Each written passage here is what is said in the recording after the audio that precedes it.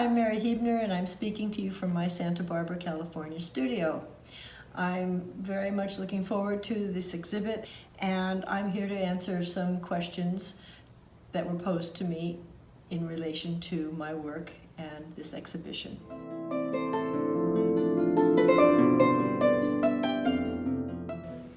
I think I was drawn to it when I was a child, looking at books of prehistoric art and the cave paintings thereon.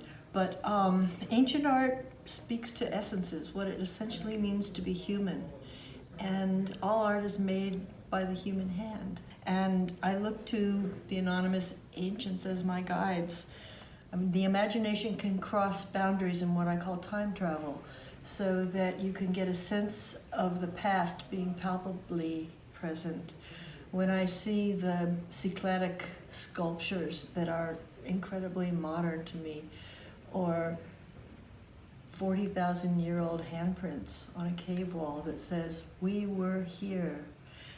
All that to me speaks to my core, and it gives me a sense, a context, that all of us stand on the shoulders of these ancient anonymous artists.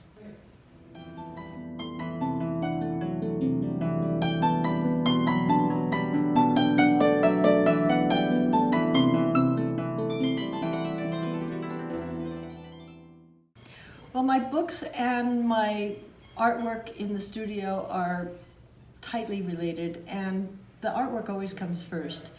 I've had the good fortune to travel with my husband, Macduff Everton, on assignments for magazines for the past 25 years.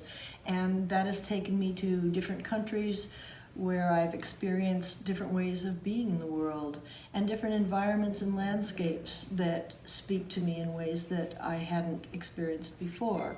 So all of that comes back into the studio, and I have to figure out a way of tossing around those ideas, getting that seed idea, that kernel that gets me going, and figuring out how to take the proper materials and words and images and bridge them together to become something tangible and to be shared with others.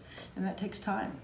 So the studio work isn't as glamorous as traveling the world, but it's there that I start to understand what it is that I was doing while I was on the road, and how the external becomes internalized and becomes part of my being and who I am.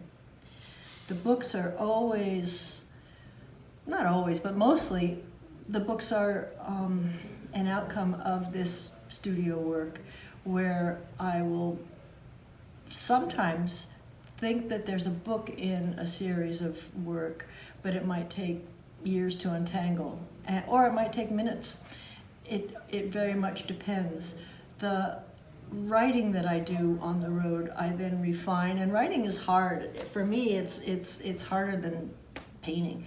And so to get the writing tight and clean and well edited, then pairing that with artwork that's tight and clean and well edited is a process that is essential to my practice. If the work passes through that narrow channel, it can become something that would be of interest to someone else. And so it's that I want to share, that experience.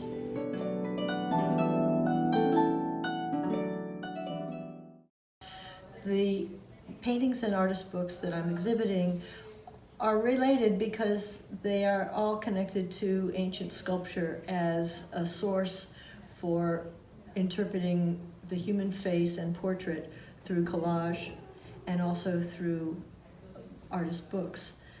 One book is called Intimacy, Drawing with Light, drawn from stone, because I'm using the watermark technique that I did on residency in Fabriano, Italy, to use watermarks as not something to be hidden, but as a technique of drawing.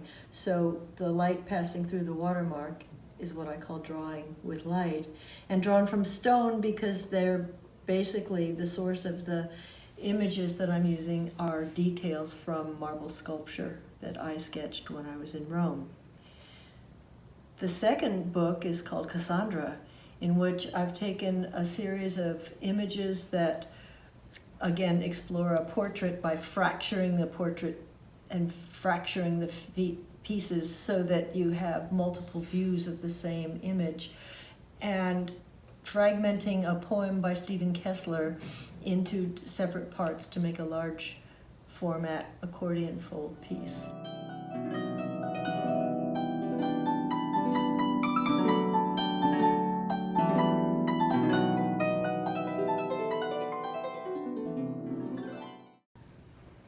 It is a gathering.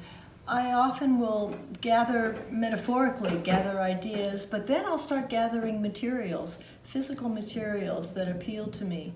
And one of the things that I've been doing since the 70s is making collage. And that's a way of taking fragments and creating a whole. And so paper is the perfect medium for doing that, because you can tear it, you can color it, you can compose with it, and there's something that's not so precious about it. And at the same time, you get different surfaces and textures, and the paint reacts differently on each different surface. And so I've got a whole vocabulary that I can explore when I'm working on a series. And I kind of feel that my fine art books are an extension of that series, because I'll still be working with paper. Some of it I make by hand. I'll still be working with original images, artwork. And the thing that gets incorporated are working with other people to do the letterpress, to do the binding, when I'm not doing the binding. And so it's more like a play. It's more collaborative than it is solitary, which work in the studio is always a solitary thing for me.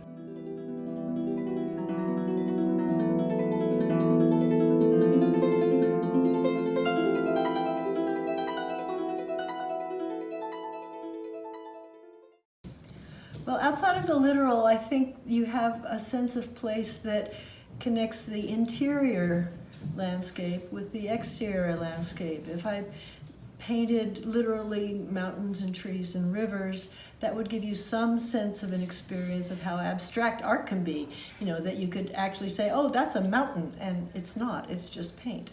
But for me, I like to take the sensations I have within a landscape and somehow internalize it so that it comes out in a form that's gone through almost a digestive process, where I start understanding it from the inside out rather than just from the outside in.